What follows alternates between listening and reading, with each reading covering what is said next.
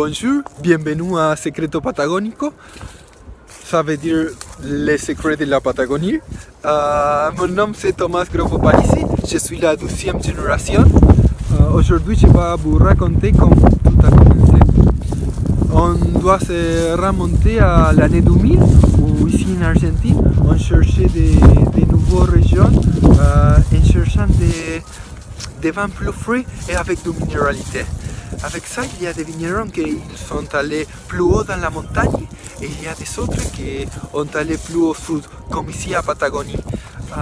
Ici dans cet hémisphère, le sud est plus froid.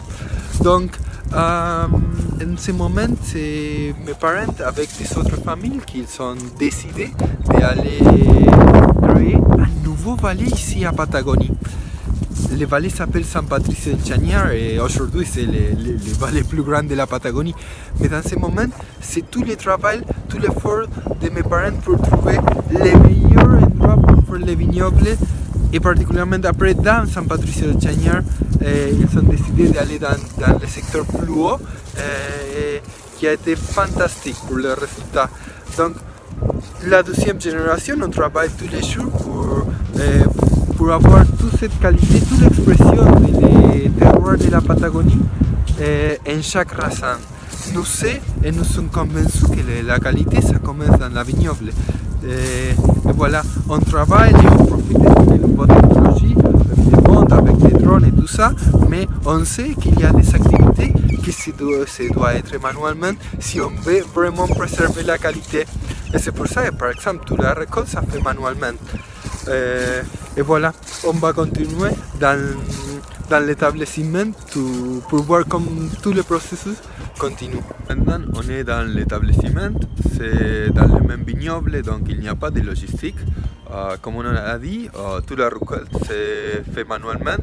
Ici, ce sont les petites caisses qu'on utilise. Et après, ça vient dans un centélévateur qui va les laisser dans cette machine ici. La première, c'est celle qui va séparer les racines de la fruit et celle qui est derrière, c'est la table vibrateur pour sélectionner les fruits qu'on ne veut pas les fermenter.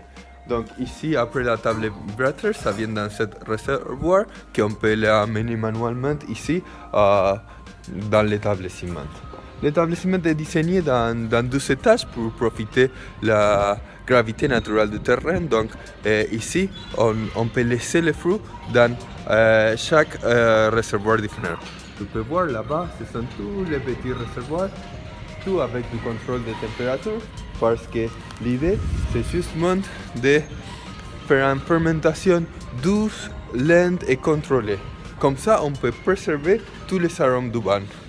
Donc, toute l'idée ici de l'établissement est designée pour préserver la qualité qu'on a fait dans la vignoble.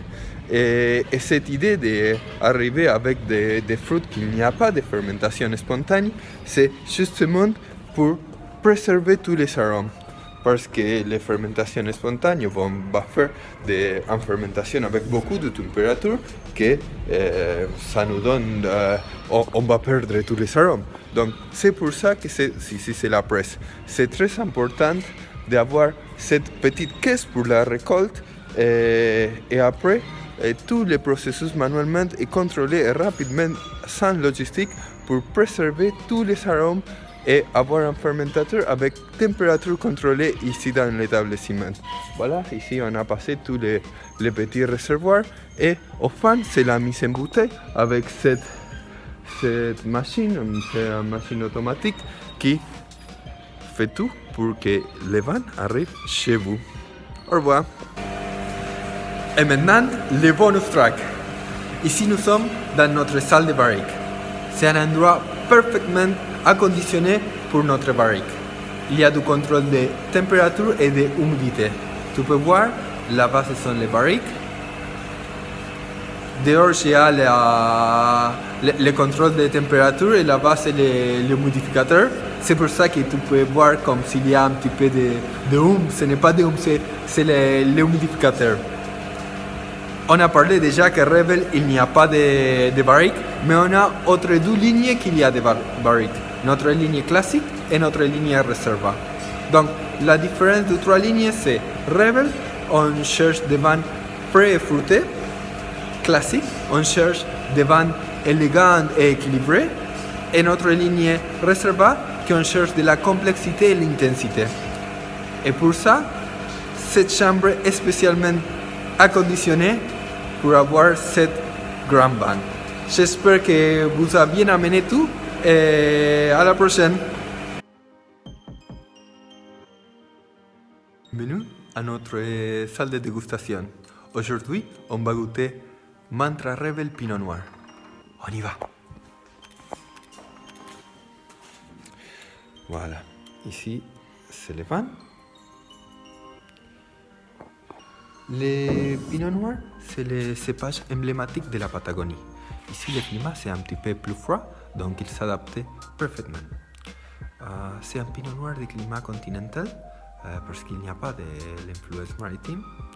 C'est une région avec beaucoup de vent et beaucoup de soleil, donc c'est vraiment un vin très très fruité. Voilà, cette ligne, c'est une ligne nouvelle qu'on a lancée dans le marché l'année dernière, en 2019. Et voilà, ce qu'on veut montrer, c'est une ligne sans barrique, sans l'influence de la barrique. Donc, c'est une ligne frais et fruitée, ça c'est l'idée. Voilà, l'idée de tout notre vin Mantra, c'était vraiment représenter les terroirs de la Patagonie. Et Mantra Rebel le fait sans l'influence de la barrique. On va les goûter. Voilà, couleur, c'est un couleur rouge rubis, plutôt léger. Voilà. Oui, dans le nez, c'est vraiment, vraiment très fruité. Il y a cette note à cerise. Oui, c'est génial. On va le goûter.